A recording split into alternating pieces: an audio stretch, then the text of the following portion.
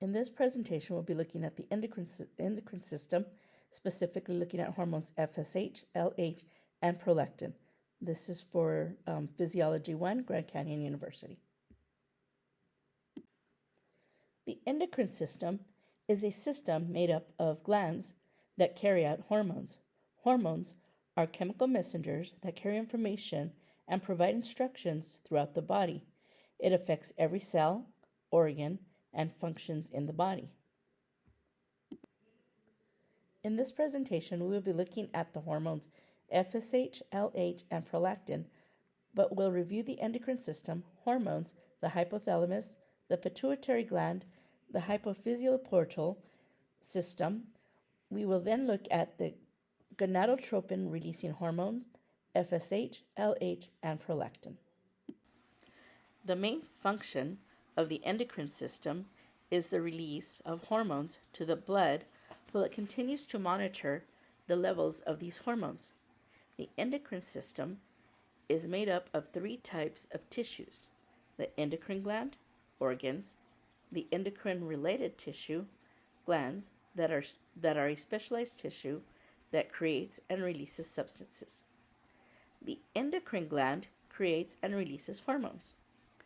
It releases these hormones into the bloodstream.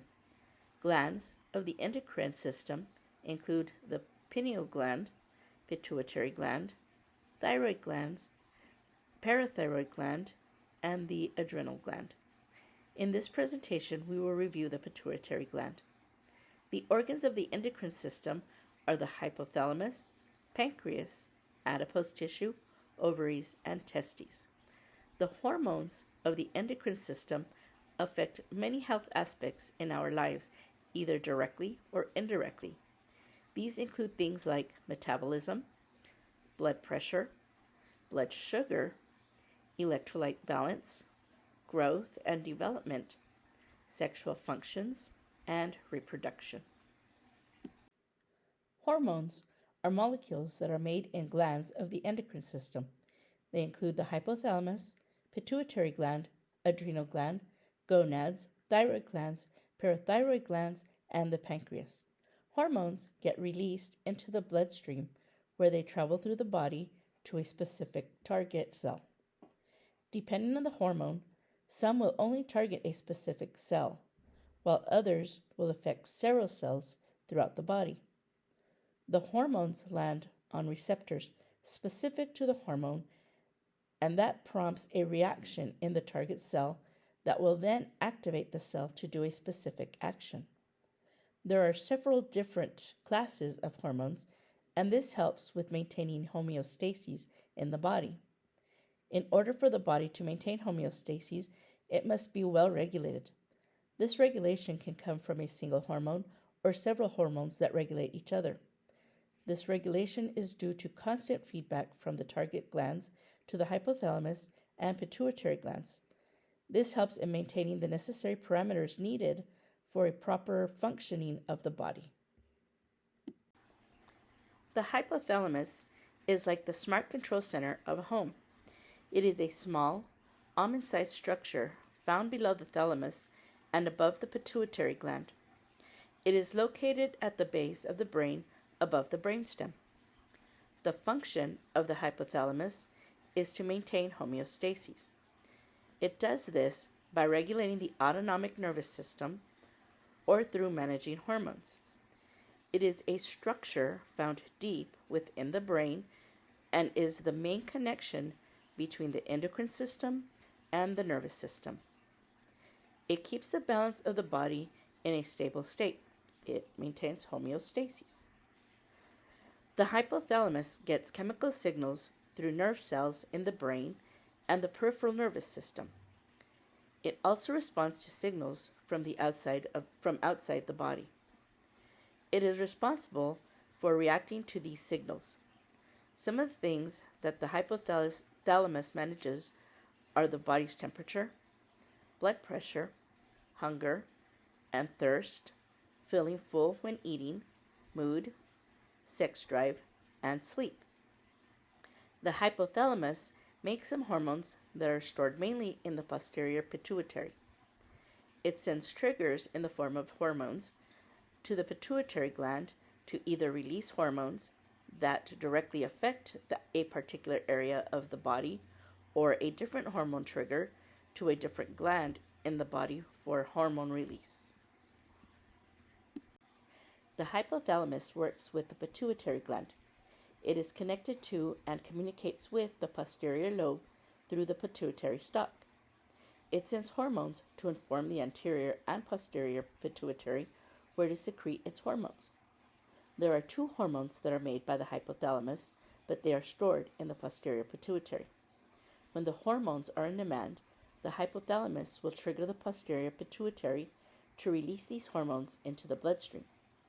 The two hormones are oxytocin, which is a hormone that stimulates the uterine muscles to contract during childbirth, and lactation, which is the release of breast milk.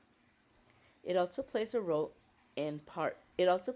a part in human bonding, sexual arousal, trust, recognition, feeling of well-being, and the sleep cycle. The other hormone that it makes is vasopressin. This is a hormone that is an antidiuretic. It regulates control of the water in the body, such as urine volume and blood pressure. Other hormones that are produced in the hypothalamus are dopamine, which is the feel-good hormone. It keeps you motivated to do something that you are feeling pleasure in. Dopamine is also used to suppress prolactin through a signal in the pituitary gland. Somatostatin is the other hormone that is made by the hypothalamus. This hormone restricts the release of secretion of growth hormone, thyroid stimulating hormone, cholecytokinin,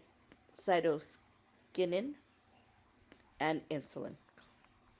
The hypothalamus also functions to correct body temperature variances, stress, and autonomic rhythm in the body. The pituitary gland, also known as hypophysis, is found in the base of the brain, below the hypothalamus. It is in an area indented in the sphenoid bone called the sella turcica. The pituitary gland has two main lobes, an anterior lobe and a posterior lobe. The anterior lobe, or anterior pituitary, is the larger of the two lobes.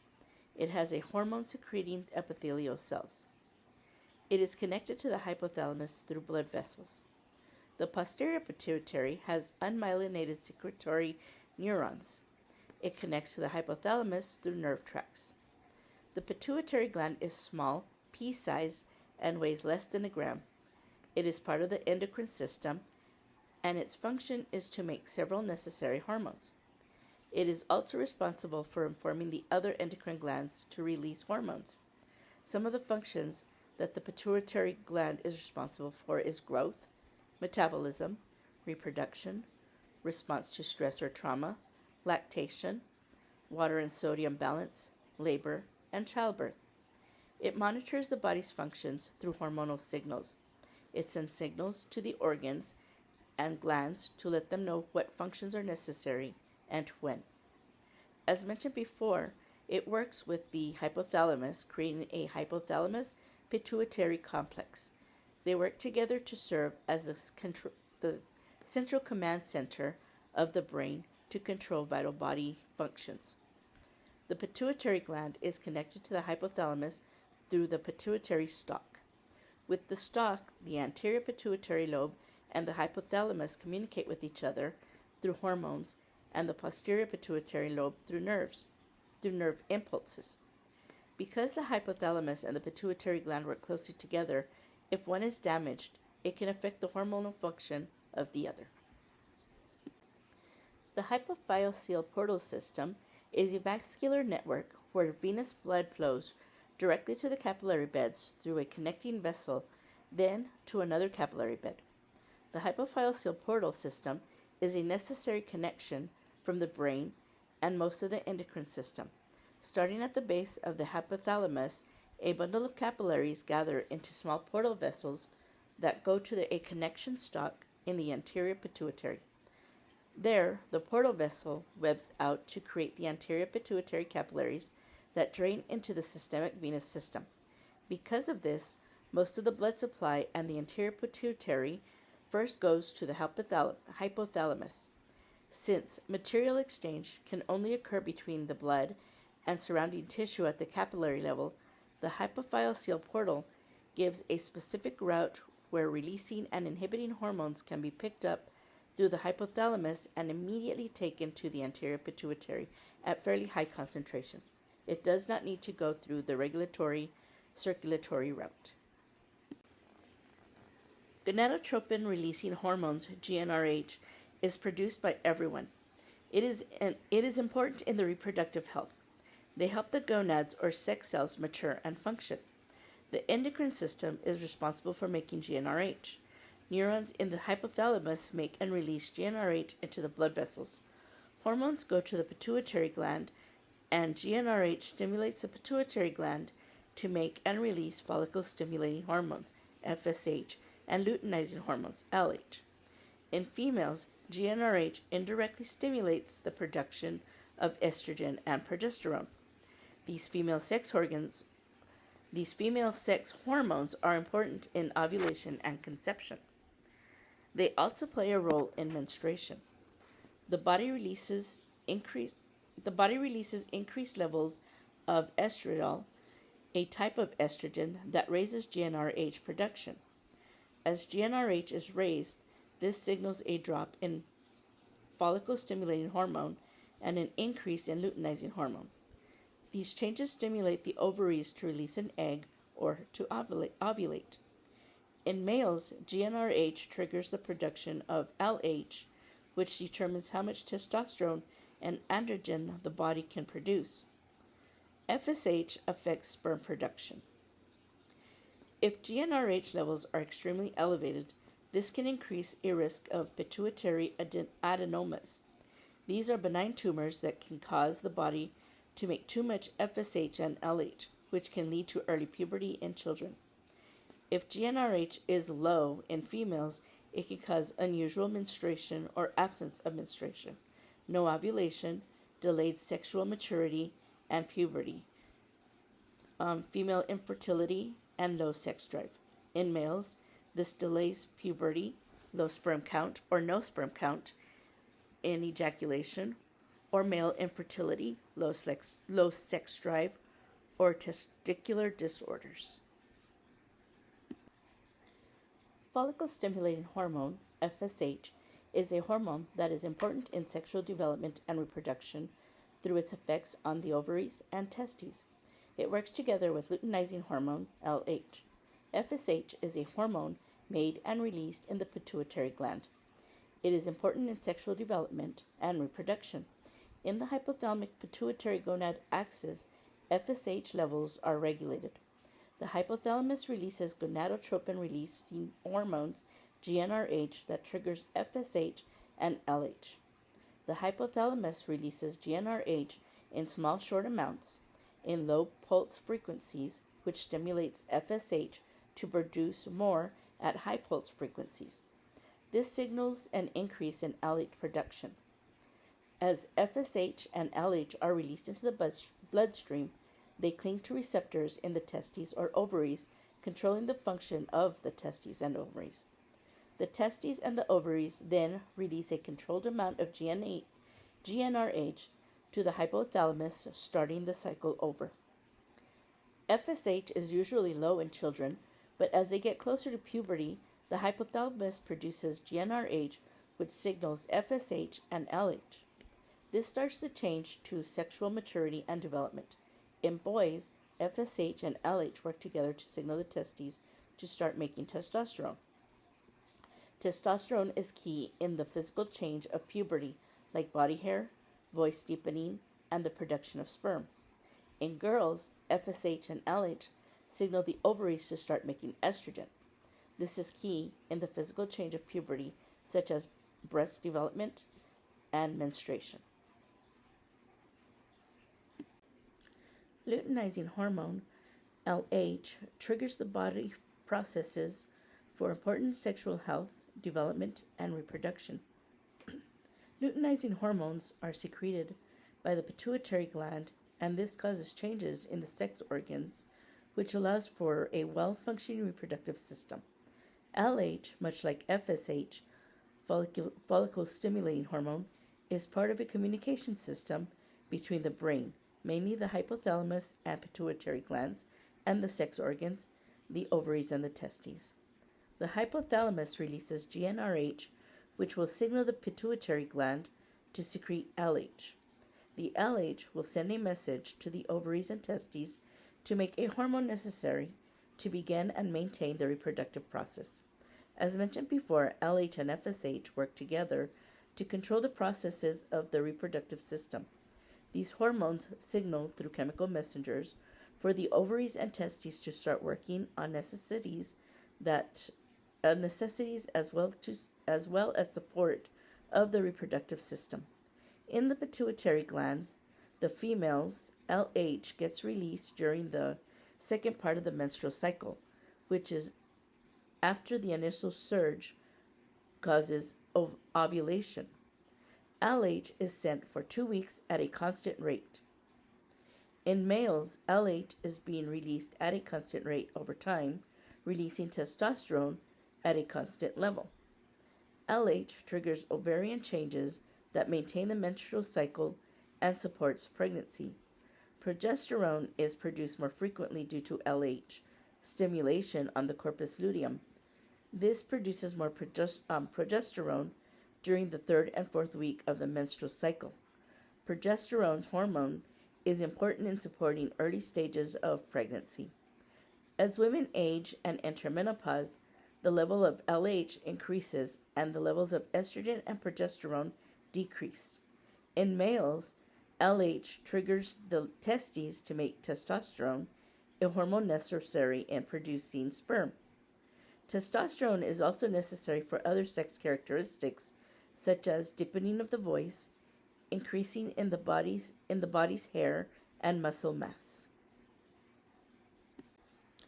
Prolactin, also known as lactotropin and PRL, is a hormone whose function is to create lactation, certain breast tissue development, and other body processes. Prolactin levels are usually low in females, but are elevated in people who are pregnant or breastfeeding. Prolactin is mainly made and released in the pituitary gland. However, the central nervous system, immune system, uterus, and mammary glands are also able to make prolactin. Factors such as nipple stimulation, exercise, and stress can trigger the production of prolactin. There are hundreds of body functions that prolactin can contribute to, but its two main functions are the development of mammary glands in the breast tissue and milk production. During pregnancy, the hormones prolactin, estrogen, and progesterone trigger the breast tissue to start making milk. As it is prolactin that promotes the growth of various breast tissues such as mammary alveoli, components of the mammary gland where production of milk happens, prolactin also triggers the breast alveolar cells to make milk such as lactose, casein, and lipids. After the birth of the baby, progesterone levels decrease, which triggers an increase in prolactin receptors in the mammillary alveolar cell. This lets milk secrete through the nipple. This is called lactation. After the delivery of the baby, the levels of prolactin don't stay consistently elevated. They will only peak during nipple stimulation through baby suckling. For as long as the baby is suckless, prolactin level stays high. When breastfeeding is not being done, prolactin levels fall to non-pregnant levels after 1 week to 2 weeks. In conclusion, the endocrine system is a system in our body responsible for creating and releasing hormones for maintaining homeostasis. Hormones are molecules that are made by the glands in the endocrine system. The hypothalamus works with the pituitary gland to send and receive hormones and monitor these hormones throughout the body. They can do this efficiently through the use of the hypophyseal portal system, which uses a vascular network of venous blood to flow directly to the capillary beds and the connecting vessels to another capillary bed, allowing for better concentration of the hormones in the hypothalamus and pituitary glands. Reproductive glands that we're focused on where the gonadotropin-releasing hormone, GnRH, which is important in reproductive health. It helps with the maturation of gonads. Neurons in the hypothalamus and pituitary gland make and release follicle-stimulating hormones, FSH, and luteinizing hormones, LH, that also play critical roles in reproductive health. FSH is important in sexual development and reproduction through its effect on the ovaries and testes. It works together with luteinizing hormones, LH. The LH triggers the body processes that are important for sexual health development and reproduction. Prolactin is also a hormone whose main function is the production of lactation as well as breast tissue development. Prolactin is also made in the pituitary glands, but it can also be made and released by the central nervous system, immune system, uterus, and mammary glands. All these work together for reproductive health. Thank you for your time. The following slide is a slide with my references.